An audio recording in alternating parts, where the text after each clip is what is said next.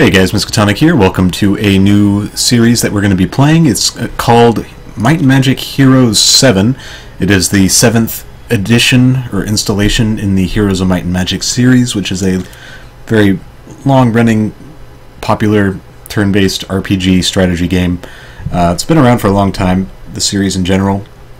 This game was published by Ubisoft, developed by a different company who I can't remember the name of, but it has met with mixed reviews, mixed reception in general, both from critics and fans alike, and I think it's actually kind of par for the course with this series. It's kind of been this way for this series ever since Heroes of Might and Magic 3, which was regarded as, you know, universally almost the best game in the series, and ever since then each game has been met with kind of a hatred, almost like a vile dislike, just a guttural response kind of to it. This was especially the case with Heroes of Might and Magic 4, which I never played. I don't know why. All I know is that the game is disliked in general, although there's kind of been a change in opinion on that. But the same thing was true with 5 when it first came out. I remember reading bad reviews on it, so I never played it. And now 5 is regarded as, you know, one of, you know, right under 3 in terms of one of the best games in the series. 5 is very well liked, very well received. And the same thing was also true with 6 when it came out. Might and Magic Heroes 6 was the first... Actually, Ubisoft probably made 5 as well, but I can't remember. When 6 came out, there was a lot of bugs, a lot of glitches. People had a bad impression, and it was very disliked by the community. And it still is. People still... Well, you'll still see people say 6 is a bad game. And I disagree. I played it. I thought it was really fun. I thought the story was fun, and I thought it was a really great game. If you like these kind of games, I didn't see anything wrong with 6. But I did play well after the patches had arrived and well after all the bugs were fixed, and I don't understand the dislike for it. But this is the same case with this game. History is repeating itself again. Might and Magic Heroes 7 has been met with so much criticism, so much dislike, a lot of resentment from the fans, and it's kind of strange. It's almost like a psychological phenomenon that just will not go away. It doesn't make sense to me. Although, to be completely fair, I was not a fanboy of these games. I didn't start with 3. You know, I started with 6, and so, you know, my opinion will probably be regarded as less valid as a result. But it's just one of those things that happens with franchises that are popular. They will just, you know, it's a lot of irrationality will occur. So this game is great. I think it's very well made. There's obviously a lot of problems when it first came out, and that's inexcusable. I don't make excuses for that. I think it's something that is lazy and bad development. But the end result is that they've fixed those things, and they're still continuing to fix them, and I enjoyed this gameplay a lot, and I enjoy the kind of simple... You know, the plot isn't amazing, but it functions and it's interesting. That's all I require from these games. I play them for the strategy, for, you know, to see cool monsters fight on battlefields. That's why I play these games, and that's all there. So I don't know. I think it's overblown. But anyway, let's get into the actual game. Unfortunately, this is my 3rd time trying to record this because the first time there was resolution problems, and the second time I thought I had fixed them, and for some stupid reason didn't bother to check, and the same problems were occurring. And this time I've checked, and, you know, I can't check on the fly, but I'm assuming it's working right now, so I'm going to go with that. And unfortunately, as a result, will miss the intro cutscene because for some reason you can't watch it again. But basically, you are Duke Ivan, this man right here. You are the Duke of the Griffin Duchy, and the Empire, which you are under, the Holy Falcon Empire, I think, is in some kind of turmoil, and you are deciding what to do. So you've called your council together to meet with you, and your council is this group of people right here. They are representatives of different factions. The Angel here is part of the Haven faction. Anastasia is part of the Necromancer Undead faction. Tanis is part of the Mage Academy faction. Kente the Orcs, Lasir the Elves, and Jorgen the Dark Elf Dungeon faction. And how the story is working is you are thinking of declaring independence from the Empire, and these people all want you to not do that. They want you to fight the Empire and I guess take it for yourself.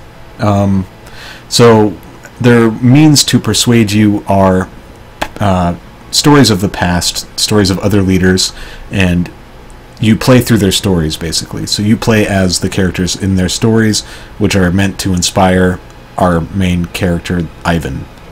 So, to start with, we will be playing Murazel, who is the Haven human faction, probably the most boring faction, but it isn't intended to be the starting point, so we will go with that. My story is not finished. You should hear it to the end.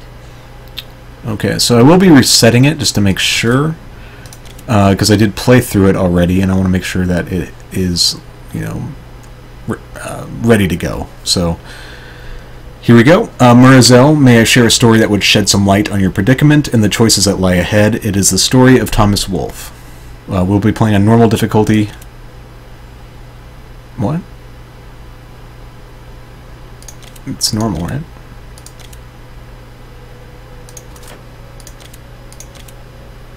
Restart. Alright. If I may, Duke Ivan, might I share a story that would shed some light on your predicament and the choices that lie ahead? It is the story of Thomas Wolfe. I know the names of the major houses well, and I have never heard of a Thomas. And angels cannot lie. His name was stricken from the annals of the Holy Empire, but his story still resonates through time. What does it mean to become a leader? An honorable man? It was the year 469 of the 7th Dragon in the Duchy of Wolfe. Thomas, the third son of Duke Heinrich, was tasked with repairing the old Falcon Road in preparation for an upcoming visit.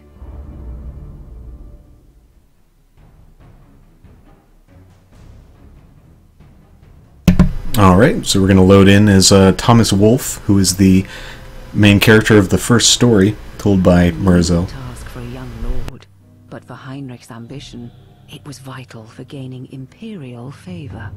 Thomas argued that they were lowering themselves to licking imperial boots, and left his father's house with nary a goodbye. Though Thomas felt that the Falcon Road was the business of the Falcon, he understood the machinations of court life enough to do as he was bid. The tediousness of this task will be as boring as the journey. Alright, so here we are playing as the angsty Thomas, who is not satisfied with his position as, you know, a privileged noble. He must complain about his boring life. So let us continue. We will pillage the ore. First impressions, just looking at the game, I think it looks great. I think the graphics are suitable. You know, they're not mind-blowing, but they work. And everything looks bright, kind of vibrant. I like the art. And yeah, here we are, Thomas, the son of the Wolf Duke. And here's the character screen where you can equip items, stuff like this. We have Sentinels and Crossbowmen as our units right now. They're the two basic core units of the Haven faction. There's a third one but we don't get those till later. Fortunately, I've seen this entire mission already, so I know basically what's going to happen. And the way this game works, we have the hero who leads the his units, and his stats get applied to the unit stats, so his might stat adds to the attack damage of the creatures. The defense, likewise. The magic stat increases the power of the spells. I haven't messed around with spells very much, just because Thomas is a might hero, which means that he focuses more on his army rather than casting with magic. Spirit increases the amount of mana and how fast it regenerates. Arcane Knowledge, I'm not really sure. It looks like it just allows you to learn more powerful spells. Leadership is morale, which allows you to, I believe, get like a secondary movement potentially if it works. And Destiny is like critical hit chance, I believe. Movement obviously is how far you can move on the map. So we'll go here and have this army join us. Banner proclaimed his noble blood, and troops flocked to serve him, seeking fortune and adventure. All right, and we'll definitely accept them. Okay, so I'll just make sure we're clicking on everything. Grab this ore on the way. And there are 6 resources, I believe, in this game, as opposed to Heroes 6, which had only 3. So they've brought back some of the more complexity, I guess, although, I don't know, it just seems unnecessary. Although it was one of those complaints that people had about it. Imperial Falcon Road, north to Warhagen. And here's our first combat. It's a bunch of harpies. Oops. Hey, that's how you rotate. I actually had no idea. I was trying to figure that out last time I tried to record this. So our quests, we need to clear the Falcon Road, and we need to make sure Thomas does not die. So let's go make sure he does not die by fighting in battle. We'll try quick combat. We'll probably... Hey, we didn't lose anything, actually, so we will not play that manually. You will see combat soon, don't worry. I'm just trying to save time. This gives us a permanent +1 to spirit. And we'll try to get these stables. We don't have enough movement, so we'll end the turn. Alright, let's head on to the stables, which gives us an increase in movement. People here don't even know if they're from the Wolf or the Griffin Duchy. No one takes care of us anyway. Bandits destroyed bridges, nobody cares.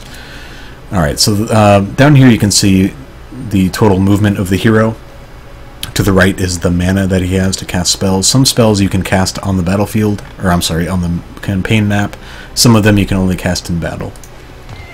So by getting the stables we have increased our total movement, I believe, yes. And we will now get this guy to join us. Yes, accept. Grab these while we're here. And all these resources and stuff we will use later when we start building things. And this guy will also join us as soon as we can move.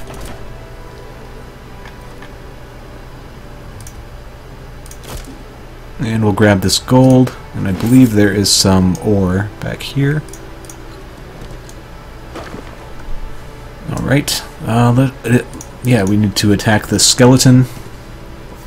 And I'll try quick combat, just to see if we can do it without losses. We can't, so we will play manually. And show you how the combat system looks. Alright, so we have our archers. I don't know if I want them behind the stump. I think I do. But I also want you guys over here. So yeah, let's start combat. And these guys are just basic skeletons, immune to morale, poison, mind effects, and fear. They suffer more damage from light sources. So the hero himself can also attack or cast spells. Since we don't have any spells, we'll just be attacking the bigger stack here, the 20 stack. We'll kill off 2 of them. We'll wait with our Sentinel, I believe it's called. This will just put them at the end of the turn order. We'll wait until they move up.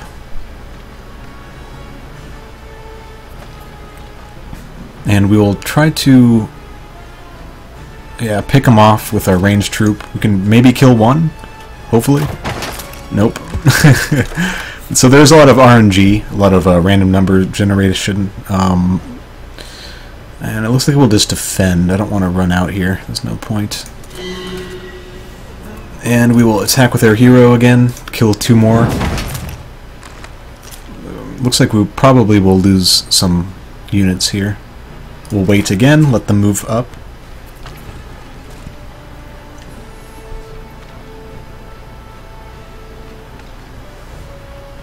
Okay, so do you have anything special about you? I can't even remember.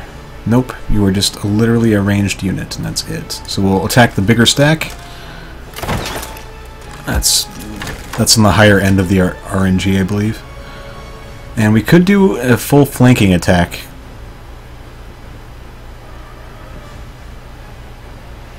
I think it is time to move out and do some damage, actually. So let's do that. It's risky. I think we got the very low end of the RNG that time. We can do full flanking here. How many will that kill? But potentially all of them. So I think I will do that first. Please kill all of them. No. We, again, got the low end of the RNG. We did lose one. And they're now going to go. I should have attacked with my hero first. I just wasn't sure how it would play out. That was a good attack, though. You do get a retaliation strike when someone attacks you, so this guy might die from the archers. Yep, he did. That's good. And this guy will attack, but since we've already retaliated once, he will not retaliate again. Alright, so our archers can now go. We can kill off 2 here. Hopefully we can just completely wipe out this stack. It's possible. So we'll try. Alright, we did roll high. We got all 3. And we can kill this guy off. Let's just use our hero. Okay, so we lost 2. Lost 2 of our melee troops, the Sentinels. I think that is still a better result than what we were looking at before. I don't know if it's possible not to lose a troop there. I'm sure anything's possible, but I didn't see a way. Alright, so we'll tag this ore pit, which will give us a 2 ore per day, which means 2 ore per turn. And we'll continue on. This guy will join us. After days of monotony, the broken bridge before him seemed as exciting a challenge as wrestling a wild and hungry griffin bare-handed. Actually, you know what? I bet if we had accepted this army first... actually, I don't know if you can move down from this way. Maybe you can't. But if you can get to this army first and then fight them, it might have been the way to avoid taking losses there.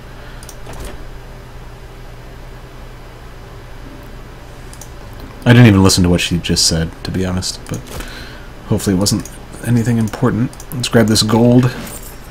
Make sure we're not missing anything. We did visit that already. We tagged this. Alright, so let's move on out. Bandits rule this land. Those who resist are killed. Their women taken. We really need help. Alright, so we need to repair the bridge, which means we need to we need enough wood and ore and gold, which we have all of except for the wood.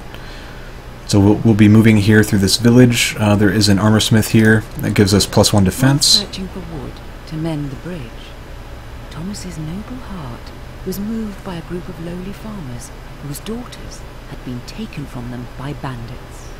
Thomas's blood boiled with rage. How could our peasants of Wolf be treated such? Alright, so Thomas is a... he's going to save some peasants. And this will give us some spells, which we probably won't end up using. Heal is... well, he's just not very good at magic in general, so it's usually just better to attack with him, is what I've found. Alright, so this gives us +1 to might. We will come here to the wood. I don't think there's anything else we missed. We grabbed this, yes. Alright, we'll end turn. We do need to find and defeat the bandits. This will give us 2 leadership permanently. And we did learn new spells, which we already know. Let's end the turn. Alright. And I think we should fight them first. Although they don't really give us anything of use, actually. So fighting these guys first might be the better move. Alright, so they do have a stack of 2 stacks of gnolls, which are ranged troops, which means this will be a little bit more difficult. Let's try quick combat. It's not going to look pretty, I imagine. Not pretty at all. So let's play that manually. I might have leveled up, actually. I should have looked at that first. Yeah, we'll do the same kind of tactic, where we'll hide back here. Although, actually,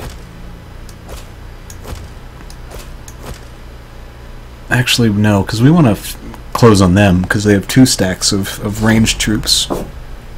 And we don't want them firing on us. And if I had known where they were placed, I would have put him over in this side. Alright, so some of our crossbowmen are going to die here. There's no way around it, really. There's one. Which is unfortunate, because ranged troops are kind of the name of the game in this game.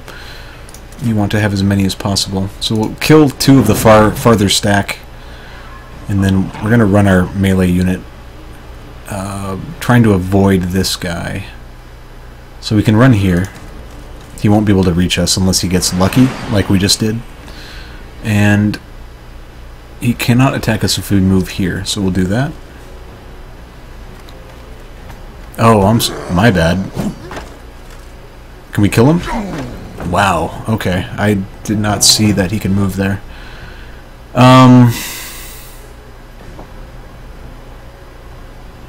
As much as I want to kill these off, I think we need to help our melee troops a little bit. Alright, so he's going for the melee troops now. The ranged gnolls.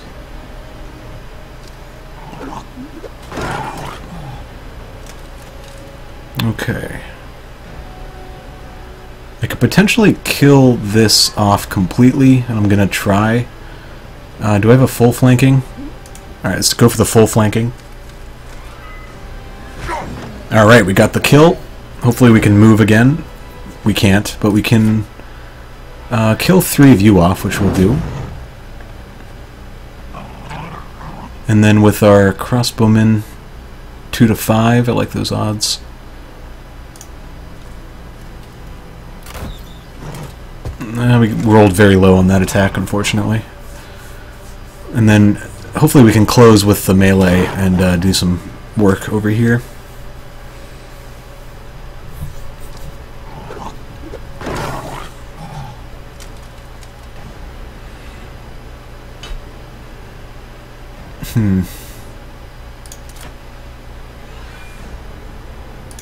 Alright, we'll soften this guy up a little bit just to get our melee troops a little safer.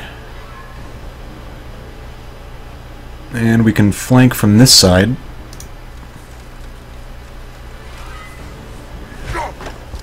And we're rolling very low in every attack.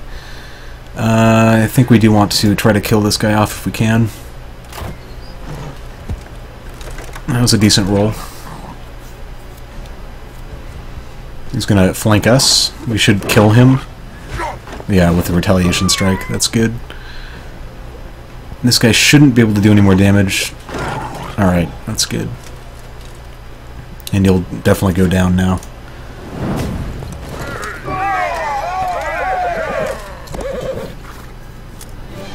Alright, so we lost about 5 units in total. 3 sentinels, 2 crossbowmen. That's not the worst. Yeah, so I guess we were only level 1. That's okay. The bandits were no match for Thomas and his trained troops. The daughters were returned to their families in short thrift. The farmers offered to provide the wood he needed to repair the bridge. But Thomas refused, ordering them to rebuild their homes and rekindle their hearths. Okay.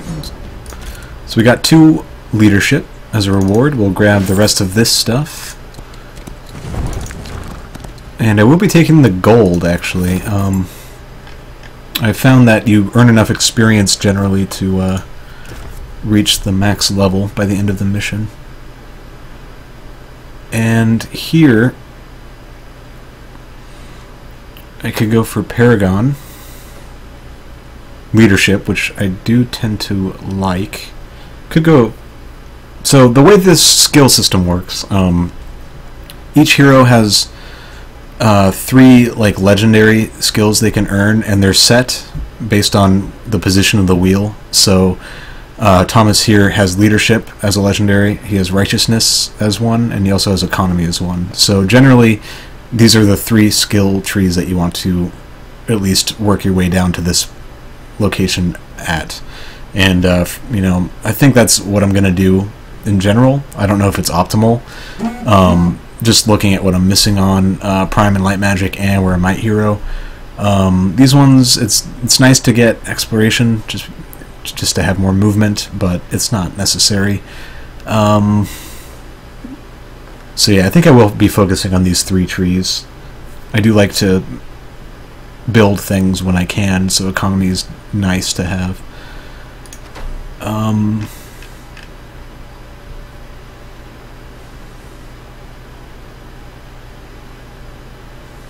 And this governor system is something that is new. Yeah, but I think Leadership is the way to go for now. Well, maybe Righteousness, actually. If the enemy creature stack dies, the next friendly creature will have good morale. Coordinated effort. Neighboring friendly creatures get +1 defense. That doesn't seem that good. The Healing Sister is like this. I think coordinated effort is okay. Actually, yeah, reinforcements is, I think, really good. So I think I'm going to go down the Leadership tree first. So all this does is unlock it. We get a +5 Leadership flat bonus just for unlocking the tree. And that's all we can do. Alright, I'm going to call the episode to a close here. Yeah, let me save. This has been Miskatonic, and when we come back, I think we're going to try to repair a bridge or something. Anyway, thanks for watching.